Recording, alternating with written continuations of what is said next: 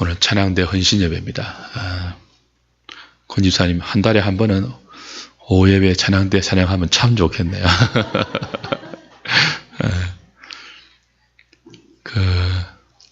우리가 하나님께 찬양대로 하나님은 찬양할 수 있는 귀한 직분을 맡았고 사명을 지금 감당하고 있습니다.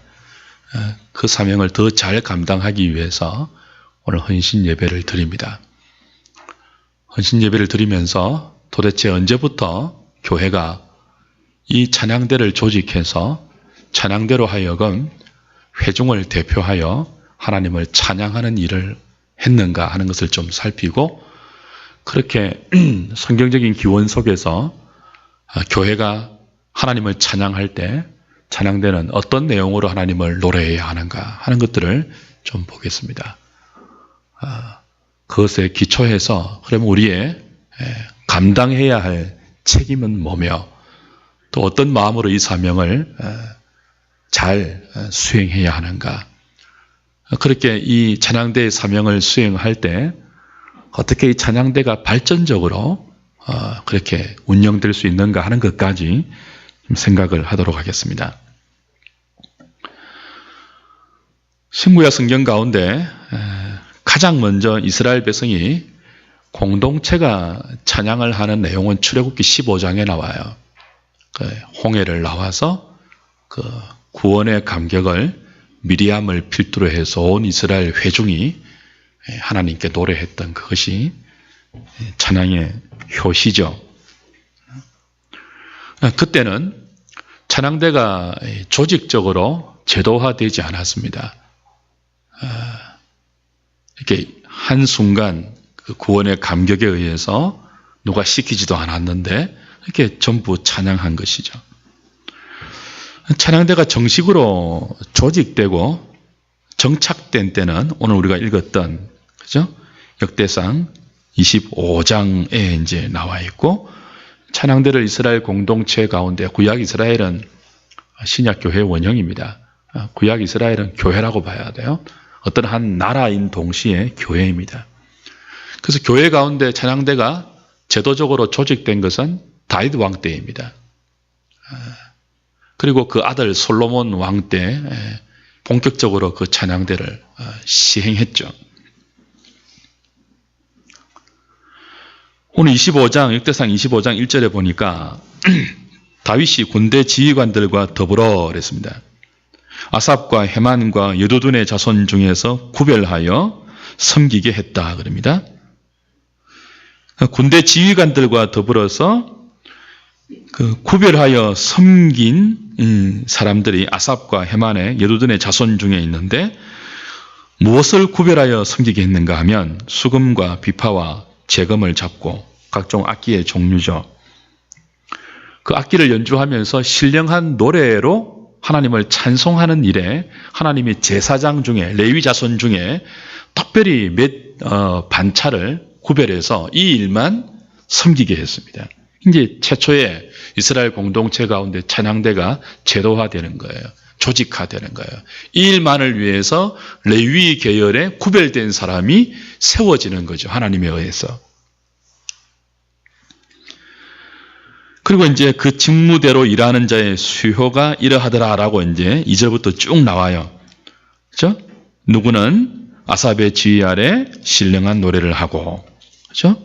또 3절도 여두둔에게 이르러서는 여두둔의 지휘 아래 수금을 잡고 신령한 노래로 하나님께 찬양을 하도록 했다.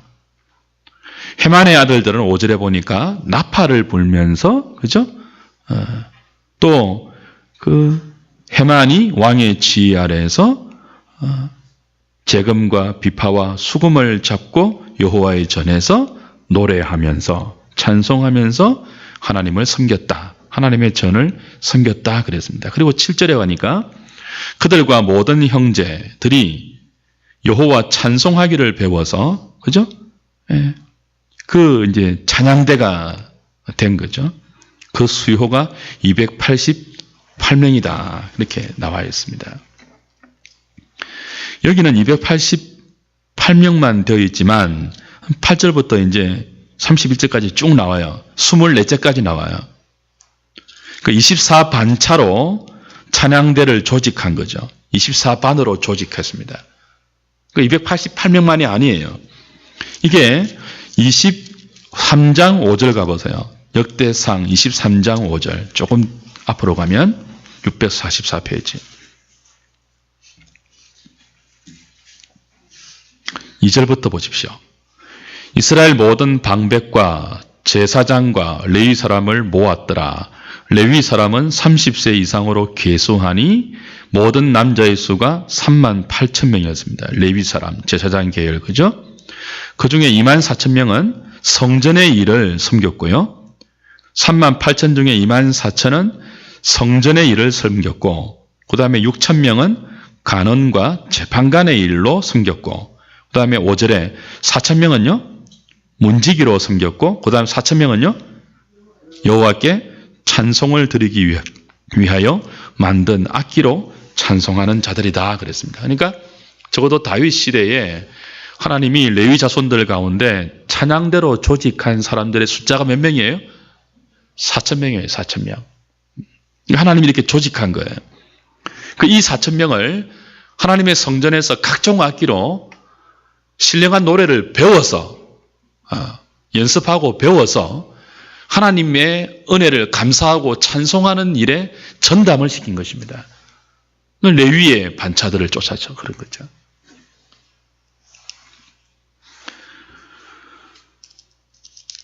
(23장 30절) 보시면요. 23장 30절. 이들이 아침과 저녁마다 서서 뭐 했습니까? 여호와께 감사하고 찬송했어요. 그러니까 아침 저녁으로 하나님을 찬송하는 일에 이들의 전부를 드린 거예요. 그러니까 하나님이 여호와의 전에서 여호와를 찬송하는 일에만 4,000명을 전담시켜서 이들이 시간 날 때마다 뭐였죠? 신령한 노래를 배우게 했습니다. 그 각종 악기를 가지고 신령한 노래를 배워서 하나님을 찬송했다고요. 그게 최초의 공식적이고 제도적인 이스라엘 백성 가운데 하나님이 세우신 찬양대의 기원이고 시초입니다. 이게 이제 솔로몬 시대 가면은 어떻게 더 발전하는가 하면 역대하 5장 보십시오. 역대하 5장. 솔로몬 성전을 짓고 성전 봉헌식을 할 때 5장 12절부터 보십시오.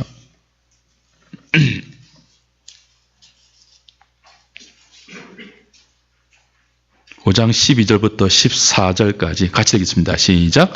노래하는 레위 사람 아삽과 헤만과 여두둔과 그의 아들들과 형제들이 다 세마포를 입고 제단 동쪽에 서서 재금과 비파와 수금을 잡고 또 나팔 부는 제사장 120명이 함께 서 있다가 나팔 부는 자와 노래하는 자들이 일제히 소리를 내어 여호와를 찬송하며 감사하는데 나팔 불고 재금 치고 모든 악기를 울리며 소리를 높여 여호와를 찬송하여 이르되 선하시도다 그의 자비하심이 영원히 있도다 하며 그때 여호와의 전에 구름이 가득한지라 제사장들이 그 구름으로 말미암아 능히 서서 섬기지 못하였으니 이는 여호와의 영광이 하나님의 전에 가득함이었더라. 다윗에게 허락하지 않았던 하나님의 성전을 솔로몬이 짓도록 허락하시고 그 성전이 다 완공되고 성전 봉헌식을 할 때 그 성전 봉헌식의 하이라이트가 뭡니까? 찬양대가 찬양하는 것이었습니다. 아까 우리 역대상 5장에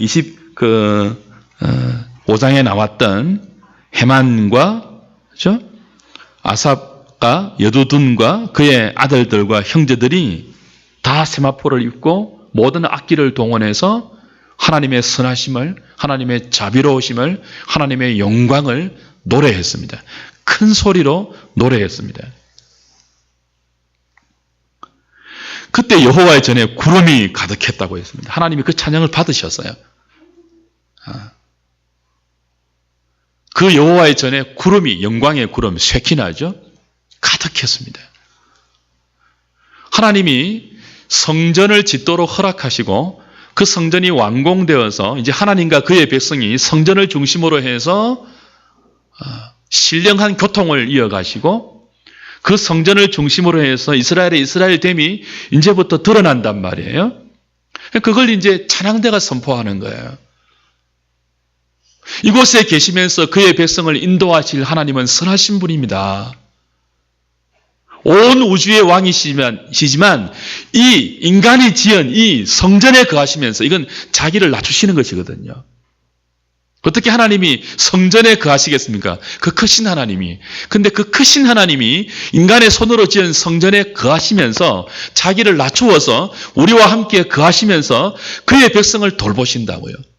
그들의 죄를 용서하시고 그들의 예배를 받으시면서 그들을 은혜로 복으로 인도하신다고요.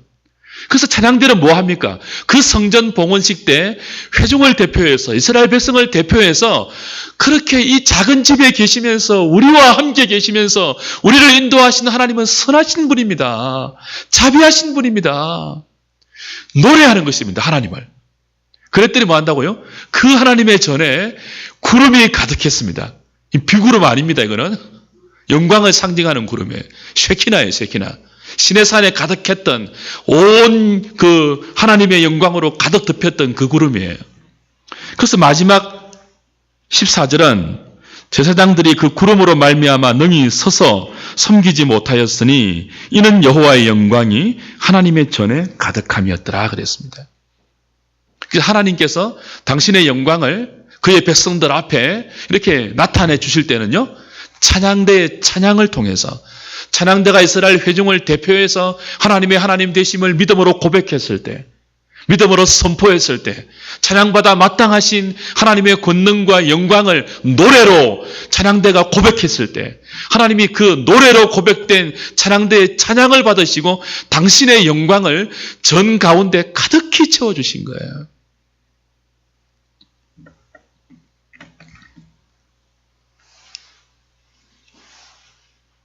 찬양대가 얼마나 중요한 역할을 하는지 우리 능히 짐작할 수 있죠.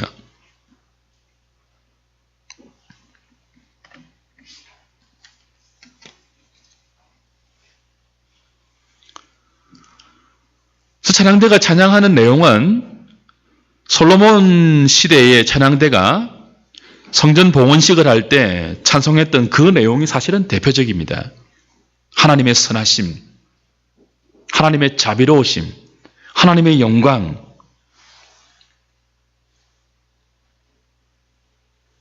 그걸 우리는 노래로 고백하는 것입니다. 선포하는 것입니다.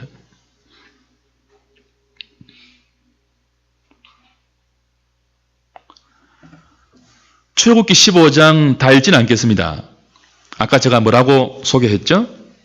홍해를 가르고 나서 출애굽하고 나서 미리암을 필두로 해서 누가 시키지도 않았는데 이건 조직된 찬양대가 아니에요.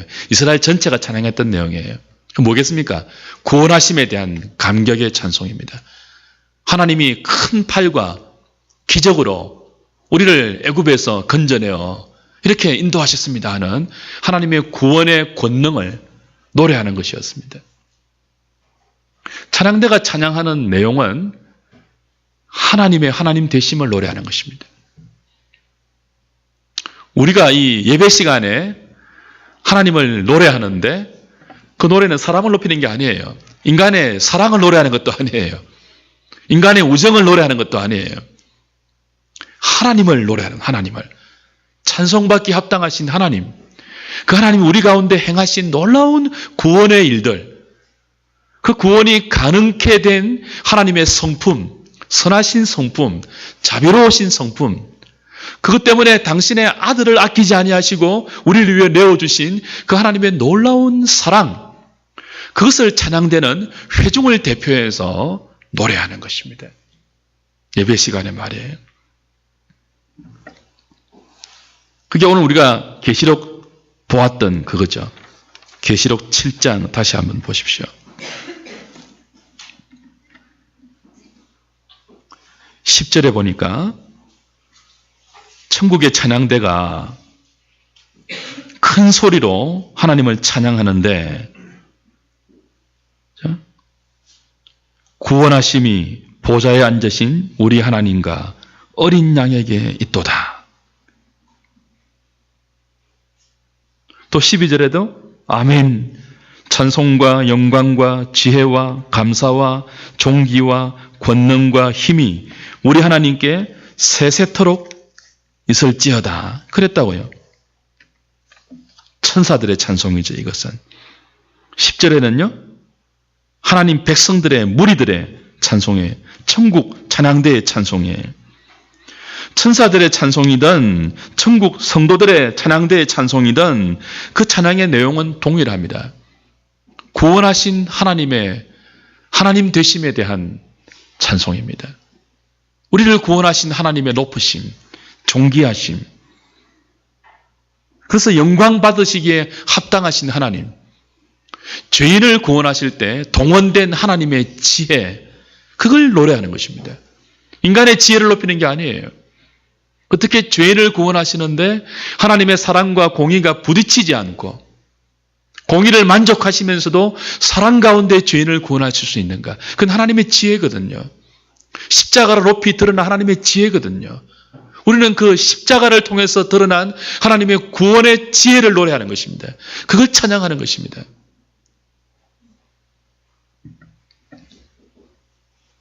그 찬양대가 이제 찬양할 때 늘 그 선곡을 하지 않습니까? 지휘자하고 반주자하고 대원들이. 근데 늘 이것을 염두에 둬야 되는 거죠. 가사가 이런 내용을 담고 있는지, 하나님 되심, 하나님의 구원의 그 놀라운 은혜를 감사하는 내용이 담겨 있는지, 하나님의 성품을 노래하는 것이 맞는지, 그걸 늘 살펴서 우리는 그걸 가지고 회중을 대표해서 예배 시간에 하나님을 높이는 거란 말이죠. 그걸 위해서 구별되어서 이렇게 가려 뽑은, 그죠? 구약식으로 말하면 레위 지파의 24반차가 바로 이 찬양대원들입니다. 너무 귀한 직분이에요, 이게. 찬양대가 하나님을 올바로 노래할 때 그 찬양대의 노래를 통해서 하나님의 영광이 가득했거든요.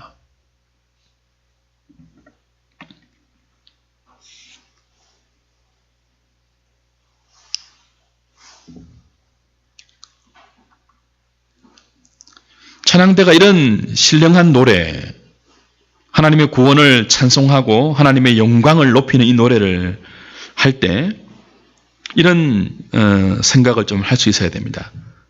찬양대의 책임과 사명 3번 보니까요. 자, 그렇게 적어 놓았습니다. 같이 한번 읽어볼까요? 시작. 찬양대의 찬양은 하나님의 은혜를 사람에게 전하는 정도가 아니라 회중을 대표하여 하나님의 은혜에 대한 응답으로 하나님께 영광과 찬양을 드리는 것이다. 그러므로 찬양대원은 제사장의 직분을 담당하는 자라는 의식을 가지고 음악적인 지식과 연주 능력 향상을 위한 훈련을 게을리해서는 안 되며 경건한 생활로 성도의 본이 되어야 한다.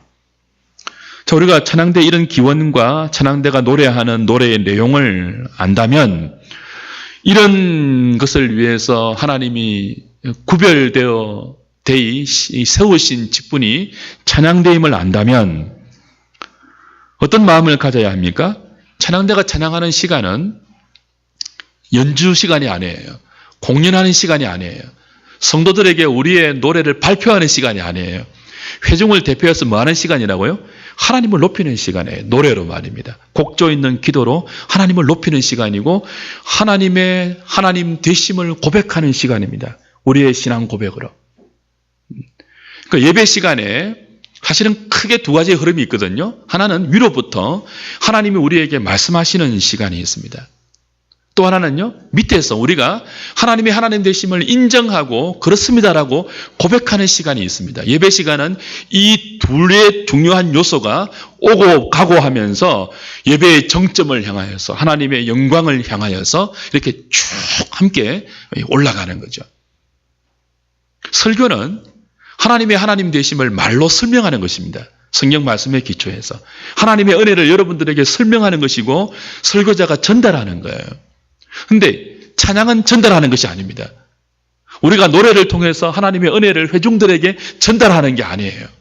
뭐라고요? 회중을 대표해서 회중과 더불어서 하나님의 주신 은혜에 마땅한 반응으로서 하나님은 정말 그런 분이 맞습니다. 하나님이 우리에게 베푸신 은혜가 아니면 우리는 어떻게 하나님을 예배할 수 있겠습니까? 정말 감사합니다. 이렇게 고백하는 거죠. 베푸신 은혜에 대한 마땅한 믿음의 반응으로서 회중을 대표해서 우리가 하나님을 노래하는 것입니다. 이 생각을 잊지 말아야 합니다. 모든 찬양대원들이. 그냥 발표하러 오시는 게 아니죠. 찬양대의 찬양 시간은. 그래서 우리 교회는 뭐 못하게 합니까? 찬양대의 찬양이 끝나면 회중들이 박수를 못 치게 하는 거예요. 함께 찬양하는데 연주가 아니기 때문에 박수를 안 치는 거예요. 하나님께 영광을 돌리는 박수라고 하지만 오해할 수 있으니까요. 온전히 모든 회중과 모든 찬양들이 함께 하나님을 높이는 것입니다. 그래서 회중들은 뭐 해야 됩니까? 찬양대의 찬양이 끝나면 뭐 해야 됩니까? 박수 칠 것이 아니고 아멘으로 화답해야 됩니다. 그러합니다. 정말 그렇습니다. 오늘 찬양대가 우리를 대표해서 노래한 이 노래의 고백이 정말 우리의 고백입니다. 하나님 정말 그런 분입니다. 맞습니다. 동의합니다라고 아멘하는 거예요. 아멘. 큰 목소리로 아멘하는 거예요.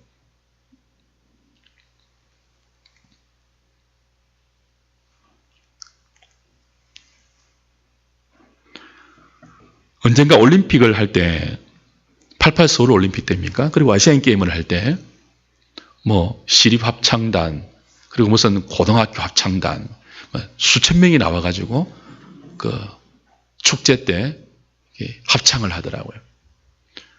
이제, 아나운서가 멘트를 하는데, 이 짧은 몇 곡을 이렇게 연주하기 위해서, 이 수천 명의 합창단이 얼마나 오랜 기간 연습하고 했는지 모른다는 거예요. 세상의 축제인 올림픽과 아시안 게임을 위해서도 어떤 한 순서를 맡은 합창단이 이렇게 시간을 내고 투자해서 오랜 시간과 많은 인원들이 동원되어서 사람을 기쁘게 하는 일에도 이렇게 열정을 내지 않습니까? 우리가 하는 찬양은 인원이 문제가 아니고 얼마나 큰 예배당에서 하는 것이 문제가 아니고 우리와 함께 하시는 감당할 수 없는 하나님을 우리가 찬양하고 그 하나님을 인정하는 시간이기 때문에 우리 정말 열심히 연습해야 돼요. 그리고 하나님이 우리에게 주신 모든 재능의 기교를 다 살려서 그 다윗 시대의 역대상 25장 1절부터 보니까요. 그들이 뭐 하죠? 신령한 노래를 배워서 찬송해도 배워서. 그러니까 우리가 받은 목소리와 음악적인 달란트 모든 것을 동원해서 우리는 하나님을 노래할 때 정말 할 수만 있으면 최대한 아름다운 곡처럼 아름다운 목소리로 그리고 경건하게 하나님을 찬송할 수 있도록 준비하고 연습하고 훈련해야 합니다.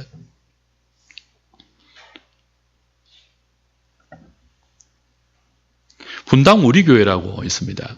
이찬수 목사님이 목회하는 교회인데 예배 시간을 한번 보니까 찬양대가 찬양하더라고요.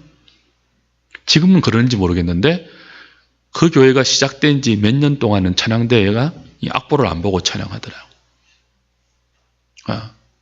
우리가 악보를 안 볼 정도로 외워서 하나님을 찬양하는 것이 마땅하지 않겠느냐는 그런 정신으로 한 거예요. 좋은 마음입니다. 우리 하늘의 교회 찬양대도 악보 안 보고 할 수 있으면 좋겠습니다. 설교자가 설교를 하는데 저는 일주일 내내 설교의 준비에 매달려 있지 않습니까? 새벽 기도를 위해서도 준비해야 되고 수요일 기도, 성경 공부도 준비해야 되고 수요 기도에 끝나고 나면 또 토요일까지 이 주일 설교 준비로 스트레스를 받거든요. 안전하서나 설교 준비, 설교 시간 생각입니다. 원고도 몇 번씩 고쳐 쓰는지 모릅니다. 원고도 한 10번 고쳐 쓸 겁니다, 아마. 타고 이렇게 나오기까지. 그래서 제가 설교할 때는 원고에 매이지 않으려고 합니다. 원고는 완벽하게 씁니다. 토시 하나까지 다 씁니다. 그렇게 해서 될 수 있으면 안 보고 하려고 해요. 근데 만약 제가 설교를 하는데 여러분은 보도 안 하고 고개 숙이고 찬양대의 찬양은 하나님의 은혜를 회중에게 전하는 줄줄 읽어 내려간다면 그거 안 되지 않겠습니까? 도대체 목사가 한 주간 내내 있는 시간 뭐 하는 거야 도대체? 그렇게 하지 않겠습니까? 물론 찬양대는 저처럼 또 옛날 이스라엘 시대의 이 레위인들처럼 하루 아침 저녁 2번씩 아무것도 안 하고 그것만 했던 사람들이 아니기 때문에 그럴 수는 없겠죠. 그러나 최선을 다해서 우리가 할 수 있는 범위 안에서 최선을 다해서 하나님을 하는 일에 연습하고 또 정말 가능한 우리의 열정을 다 담아야 합니다. 그렇다고 해서 음악적인 스킬, 음악적인 테크닉만 가다듬으라는 뜻이 아닙니다.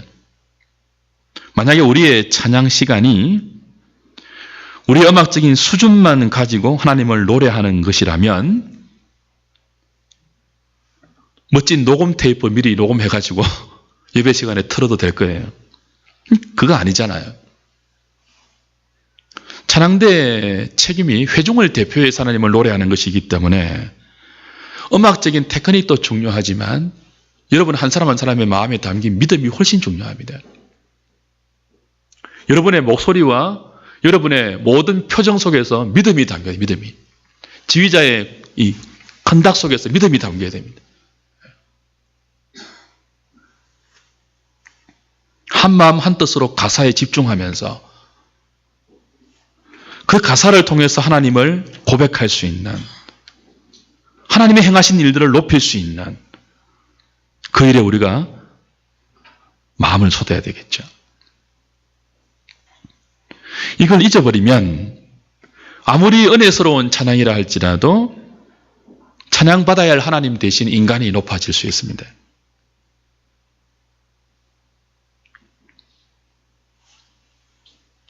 찬양대는 설교를 돕는 시간이 아니고 설교를 돕는 사람들이 아닙니다. 분위기를 만드는 사람들도 아닙니다. 찬양대의 찬양은 정말 살아계신 하나님께 드리는 신앙의 고백입니다. 거룩한 산 제사입니다. 찬양대의 찬양 자체가 거룩한 예배입니다. 그래서 어떤 교회는 찬양대가 찬양할 때 회중들이 앉아있지 않더라고요. 일어서서 같이 찬양하더라고요. 우리도 한번 고려해 볼 필요가 있는 것 같습니다. 같이 일어서는 거예요. 찬양대가 찬양할 때 다 일어서는 거예요. 그리고 끝나고 아멘 하고 앉는 거예요.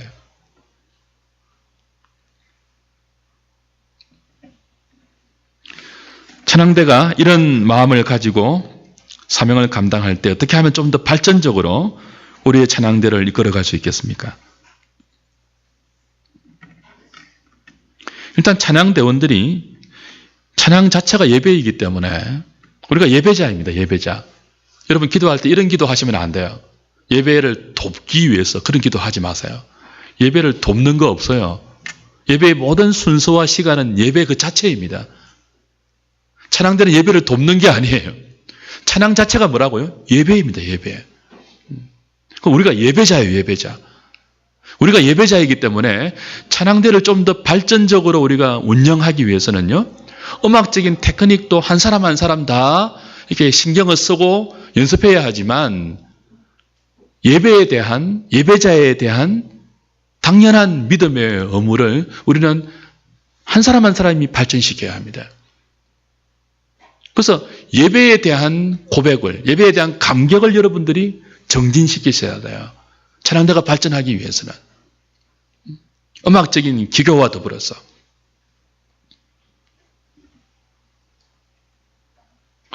동시에 장기적으로 교회 찬양대가 발전하기 위해서는 저희들이 어릴 때는 늘 그랬거든요. 모든 주일학교, 교회학교의 부서들마다 찬양대가 다 있었습니다.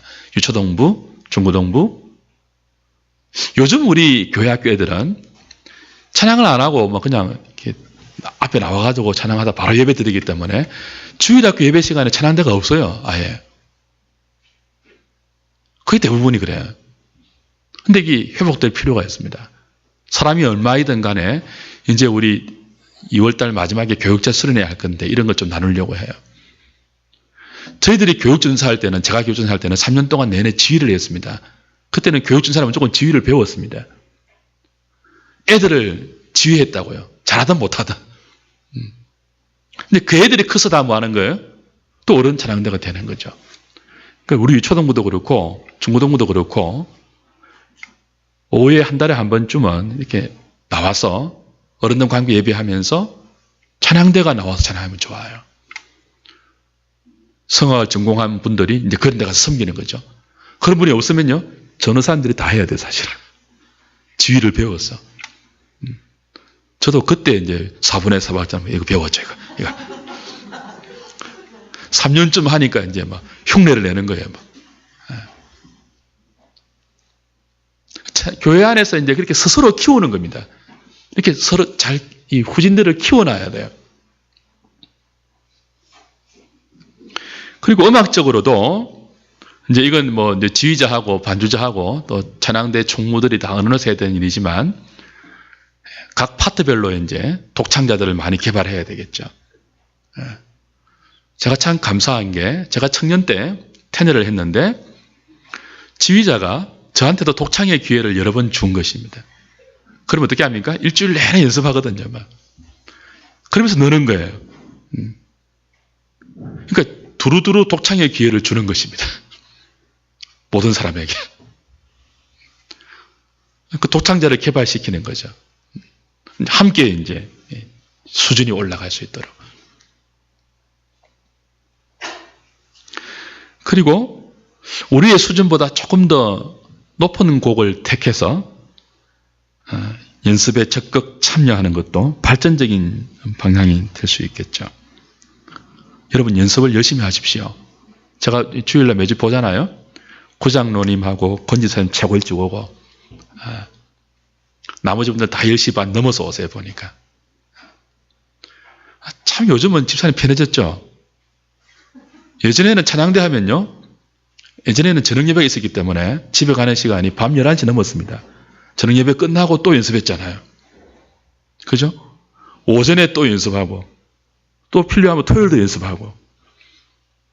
주일은 하루 종일 산다고 생각했는데 요즘은 주일 낮 예배 끝나고 딱 연습하고 끝나니까 주일 오후에 마치고 다시 연습하시면 안 될까요?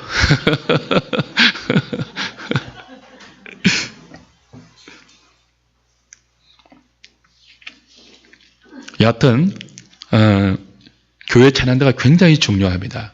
음악적인 수준을 높이는 게 아니고 예전에 우리 교회에 어떤 소문이 돌았는가 하면 예전에는 관현악단이 많았잖아요. 그러니까 문턱이 높다는 소문이 돌았습니다. 관현악단이 많이 있으면 괜히 그냥 겉으로 보기에는요 수준 높아 보이거든요. 그 처음 오시는 분들이 이렇게 격세지감을 느끼면서 와, 이 하누리 교회는 뭐 저런 사람들만 있구나 이런 소문이 돌았습니다. 사실은 제가 굉장히 안타까워했습니다. 우리 안 그렇다. 우리 다 털털한 사람들이다. 전공했지만 다 보리밥 먹는다. 다 그냥 우리와 똑같아 그냥.